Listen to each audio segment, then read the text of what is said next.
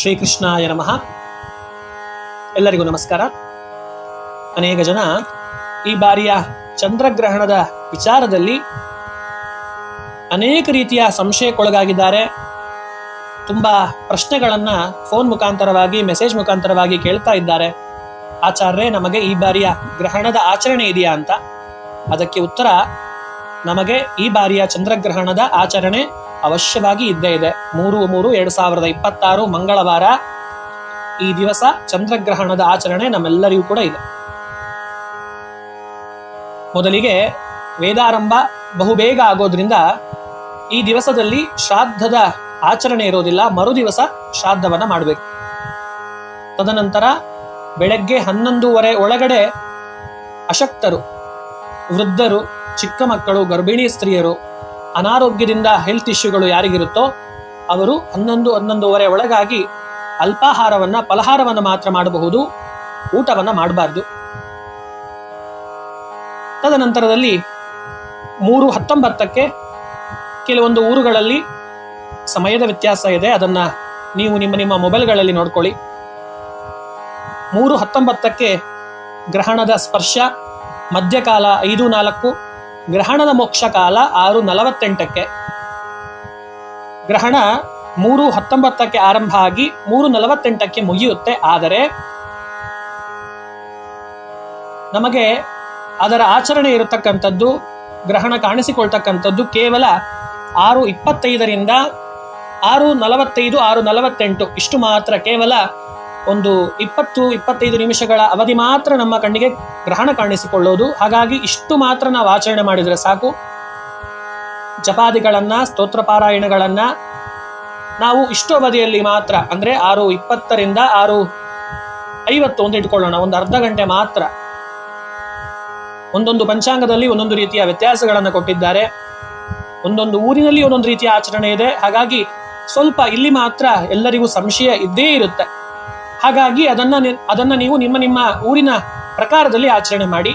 ಹೇಗಿದ್ರೂ ಕೂಡ 6:20 6:25 ಮೇಲೆ ಗ್ರಹಣ ನಮ್ಮ ಕಣ್ಣಿಗೆ ಕಾಣಿಸಿಕೊಳ್ಳೋದು. ಅದರ ಮೋಕ್ಷ 6:48, ಒಂದು 20-25 ನಿಮಿಷದ ಅವಧಿಯಲ್ಲಿ ಗ್ರಹಣ ಇರೋದ್ರಿಂದ ಸ್ವಲ್ಪ ಕಾಲ ಗ್ರಹಣ ಕಣ್ಣಿಗೆ ಕಾಣಿಸಿದರೂ ಕೂಡ ಅದರ ಆಚರಣೆ ಇದ್ದೇ ಇದೆ. ಹಾಗಾಗಿ ಆಚರಣೆಯನ್ನ ಸರ್ವರೂ ಮಾಡಬೇಕು. ಯಾರು ಸಂಶಯಕ್ಕೆ ಒಳಗಾಗೋದು ಬೇಡ. ಮಾಡಬೇಕೋ ಮಾಡಬಾರ್ದು ಅಂತ ಹೇಳಿ ಎಲ್ಲರಿಗೂ ಗ್ರಹಣದ ಆಚರಣೆ ಇದ್ದೇ ಇದೆ. ಶುಭ ಫಲ ತುಲಾರಾಶಿ, ವೃಶ್ಚಿಕ ರಾಶಿ, ಮೀನರಾಶಿ, ಮಿಥುನ ರಾಶಿ ಇವರಿಗೆ ಗ್ರಹಣದ ಶುಭ ಫಲ.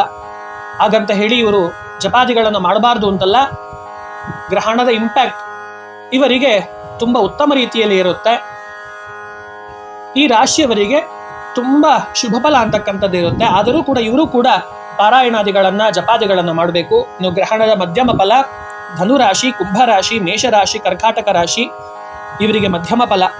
ಇನ್ನು ಅಶುಭ ಫಲ ಸಿಂಹರಾಶಿ, ಕನ್ಯಾ ರಾಶಿ, ಮಕರ ರಾಶಿ, ವೃಷಭ ರಾಶಿ. ಈ ಬಾರಿಯ ಚಂದ್ರಗ್ರಹಣ ಮುಖ್ಯವಾಗಿ ಪೂರ್ವ ಫಲ್ಗುಣಿ ನಕ್ಷತ್ರ ಸಿಂಹರಾಶಿಯಲ್ಲಿಯೇ ಕಾಣಿಸಿಕೊಳ್ತಾ ಇರೋದ್ರಿಂದ ಈ ರಾಶಿಯವರು ಅತ್ಯಂತ ಜಾಗರೂಕರಾಗಿ, ತುಂಬಾ ಎಚ್ಚರಿಕೆಯಿಂದ ಅವಶ್ಯವಾಗಿ ಜಪಾದಿಗಳನ್ನು ನೀವು ಮಾಡಲೇಬೇಕು. ತುಂಬಾ ಕೇರ್ಲೆಸ್ ಆಗಿರಬೇಡಿ. ಆದಷ್ಟು ಏನು ಒಂದು 20-25 ನಿಮಿಷದ ಅವಧಿ ಇದೆ ಗ್ರಹಣ ಕಣ್ಣಿಗೆ ಕಾಣಿಸಿಕೊಳ್ಳೋದು. ಈ ಅವಧಿಯಲ್ಲಿ ನೀವು ವಿಷ್ಣು ಸಹಸ್ರನಾಮ ಪಾರಾಯಣ, ಎಲ್ಲರೂ ಅಷ್ಟೇನೆ, ಯಾರಿಗೆಲ್ಲ ಗ್ರಹಣದ ದೋಷ ಇದೆಯೋ, ಯಾವ ರಾಶಿಗಳಿಗೆ ಗ್ರಹಣದ ದೋಷ ಇದೆಯೋ ಯಾರು ಹೆದರಬೇಕಿಲ್ಲ. ಯಾವುದೇ ರೀತಿಯ ಟೆನ್ಷನ್ಗಳನ್ನು ಮಾಡ್ಕೊಳ್ಬೇಕಿಲ್ಲ. ಕರೆಕ್ಟಾಗಿ ನೀವು ಕೂತ್ಕೊಂಡು ಗ್ರಹಣ ಆರಂಭ ಆದ ಮೇಲೆ ಒಂದು ಸ್ನಾನ, ಗ್ರಹಣ ಬಿಟ್ಟ ಮೇಲೆ ಒಂದು ಸ್ನಾನ, 6:20-25 ನಂತರ ಒಂದು ಸ್ನಾನ ಮಾಡಿಕೊಂಡು ತದನಂತರದಲ್ಲಿ ವಿಷ್ಣು ಸಹಸ್ರನಾಮ ಪಾರಾಯಣ. ಇದಕ್ಕಿಂತ ಉತ್ತಮವಾದ ಪುಣ್ಯ ಫಲವನ್ನ ಕೊಡತಕ್ಕಂಥ ಇನ್ನೊಂದು ಸ್ತೋತ್ರ ಇಲ್ಲ. ಹಾಗಾಗಿ ನೀವು ಇಷ್ಟು ಮಾಡಿದ್ರೆ ಸಾಕು.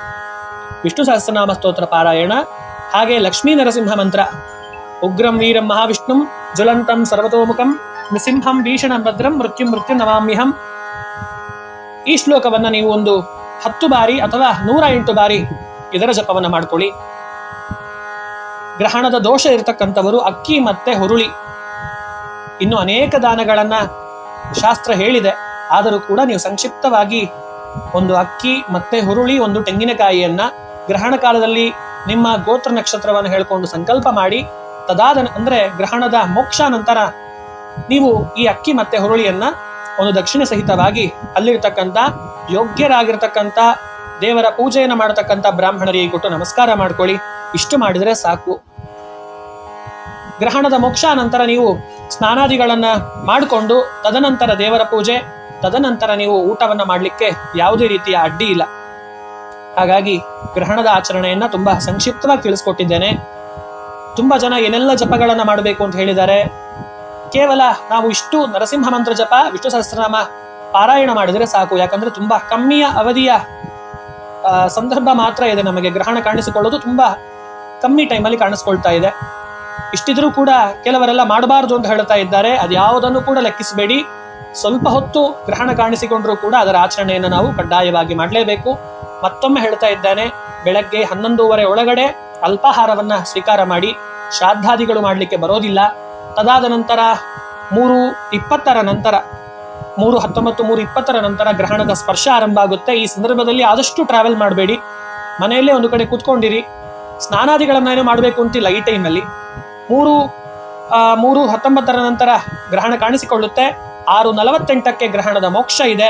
ನೀವು ಸ್ನಾನ ಮಾಡಬೇಕಾಗಿದ್ದು ಯಾವಾಗ ಅಂದ್ರೆ 6:20 ನಂತರ, 6:20, 6:22 ಈ ಸಂದರ್ಭದಲ್ಲಿ ಸ್ನಾನವನ್ನ ಮಾಡಿಕೊಂಡು ಪಾರಾಯಣಾದಿಗಳನ್ನ ಮಾಡಿ 6:48 ಗ್ರಹಣದ ಮೋಕ್ಷ ಇದೆ.